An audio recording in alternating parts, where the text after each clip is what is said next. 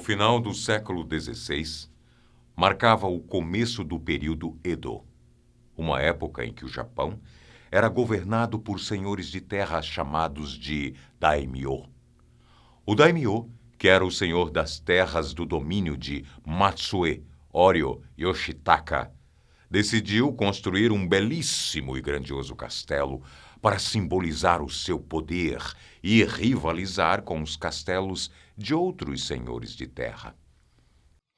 E aí? Bem, agora tem uma novidade que ele não vai contar para vocês, mas eu vou. Se você gosta do meu trabalho e tá a fim de me dar um apoio, é o seguinte, tem projetos novos. Eu também estou no canal Top 10. Muito obrigado, galera do Top 10. Eu também estou no canal Toledo e Advogados Associados. Muito obrigado pelo carinho. Também estou no Olha Que Interessante. Valeu, galera. Vai lá checar. E o Foca na História. Boco conta com o apoio de vocês. Até a próxima. Diversos construtores e trabalhadores foram convocados e em 1607 a construção começou a ganhar forma. Depois de quase 5 anos, o castelo ficou pronto. E assim, Daimyo de Matsue pôde apreciar a obra que seria sua nova morada. Quando a construção tinha terminado, Oryo Yoshitaka então deu início aos preparativos de sua mudança para o castelo com sua família. Porém, parte da parede da torre central do castelo desabou repentinamente. O daimyo ficou enfurecido e rapidamente mandou punir os arquitetos responsáveis por tal erro. Dias depois, a parede da torre central foi reparada e quando o daimyo se preparava para se mudar, a parede desabou, causando danos maiores do que na última vez. Novamente, os arquitetos e reparadores foram severamente punidos e os reparos prosseguiram. Para a fúria do senhor do castelo, a parede voltou a quebrar e o dano parecia aumentar cada vez que a construção era reparada. A situação se repetiu por várias vezes até que rumores de que algo estranho pudesse estar acontecendo começavam a se espalhar pelas ruas de Matsue. O daimyo estava sem saber o que fazer, já que aquilo não era mais algo que os arquitetos pudessem resolver. Certo dia, um monge visitou Matsue e ficou sabendo dos rumores que circulavam por ali. Prontamente ele se apresentou perante o senhor do castelo e disse que tinha a solução para acabar de vez com o problema. O daimyo ficou alegre em ouvir aquilo e perguntou ao religioso como seria possível resolver tal questão. O monge então sugeriu que um ritual de Itobashira fosse feito. Nesse ritual, uma pessoa é sacrificada e seus restos mortais são colocados em colunas e paredes que, segundo as lendas, nunca desabavam ou rachavam.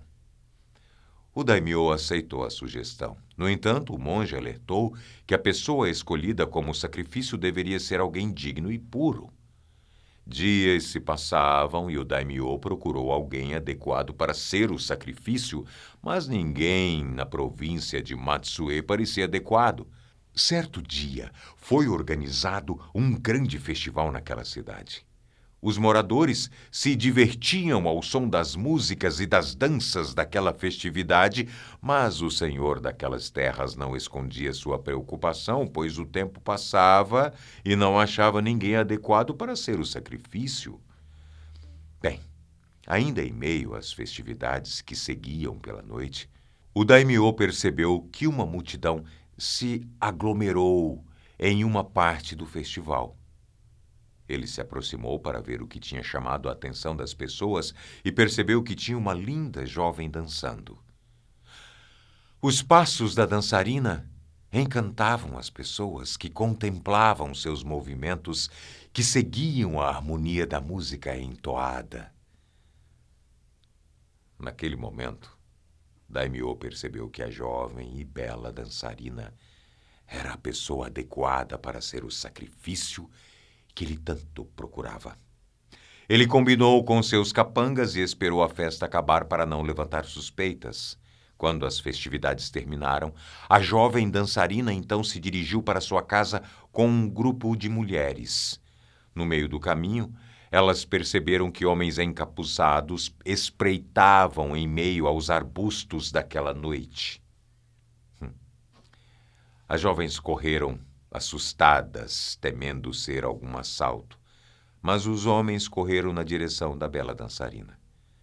A jovem fugiu para uma floresta na tentativa de despistar seus perseguidores, mas acabou sendo pega pelos capangas do senhor do castelo, que a mataram ali mesmo. Os homens encapuzados levaram o corpo da jovem para o castelo, onde o monge e o daimyo os esperavam. O religioso iniciou o ritual de sacrifício e contou com a ajuda de alguns arquitetos. Ele colocou partes do corpo da jovem em uma das paredes que dava sustentação à coluna principal do castelo, e então fez uma última oração para finalizar o seu ritual. Dias se passaram e o daimyo percebeu que as paredes da coluna principal e do castelo estavam firmes como uma rocha e nada parecia abalar aquela estrutura que nunca mais desabou ou sequer rachou. O senhor daquelas terras então se mudou com sua família para o seu amado castelo, que parecia tão forte quanto uma montanha. Certo dia, outro festival alegrava as ruas daquela província e as pessoas dançavam e cantavam como era de costume. À noite, o senhor daquelas terras se recolheu para o seu leito enquanto ainda podia ouvir o som da música que ecoava nas ruas.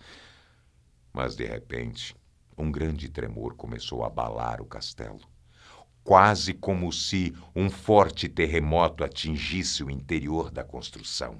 O daimyo se levantou de sua cama assustado e correu pelos corredores do castelo. Mas enquanto fugia, viu algo mais perturbador. A bela dançarina, que ele havia ordenado à morte, estava dançando como um espírito nos corredores do castelo. O senhor daquelas terras e os súditos ficaram brancos de medo ao se depararem com o espírito da dançarina, que com olhos frios como gelo dançava pelos corredores como se seus passos fizessem o castelo tremer. O daimyo e todos que estavam ali fugiram apavorados. No dia seguinte, o senhor daquelas terras convocou o monge para fazer uma oração no local, a fim de acalmar o espírito da dançarina, para que ela não voltasse a assombrar o castelo. O monge orou e depois se despediu do daimyo. A noite havia chegado e o senhor daquelas terras se preparava para dormir, mas de repente, um grupo de músicos começou a tocar na rua e, como se fosse convidada pela música, o espírito da jovem dançarina apareceu mais uma vez. Ela começou a dançar e o castelo voltou a tremer, tão forte que até as pessoas que estavam fora do castelo sentiram os tremores. O senhor do castelo e os súditos fugiram de medo diante do espírito que vagava pelos corredores. Dias se passaram e o senhor do castelo continuava preocupado com a situação. Ele procurou diversas maneiras para afastar o espírito que assombrava sua morada.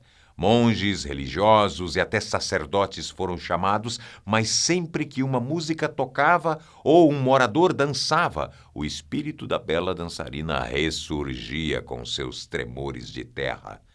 O senhor do castelo então decretou uma nova lei em seu domínio. A lei proibia que música e danças e até festivais fossem feitos naquelas terras, e qualquer um que infringisse aquela lei, seria homem, mulher, idoso ou criança, receberia o pior dos castigos. Daquele dia em diante, músicas, danças, festivais e até pequenas comemorações foram proibidas na província. O espírito da dançarina nunca mais apareceu. Mas rumores indicavam que quando alguém cantava ou dançava nas terras de Matsue, o espírito da bela jovem voltava para abalar as noites do senhor do castelo, enquanto a terra tremia com os passos de sua dança da vingança. Bem, mais uma lenda para você aqui no canal. Espero que você tenha gostado E espero de coração que você, quando você estiver passando pela rua e ver um cachorrinho soltinho lá de boa e sentir o coração apertar, que você pegue esse bichinho e leve para casa. As coisas se resolvem depois disso. Até a próxima.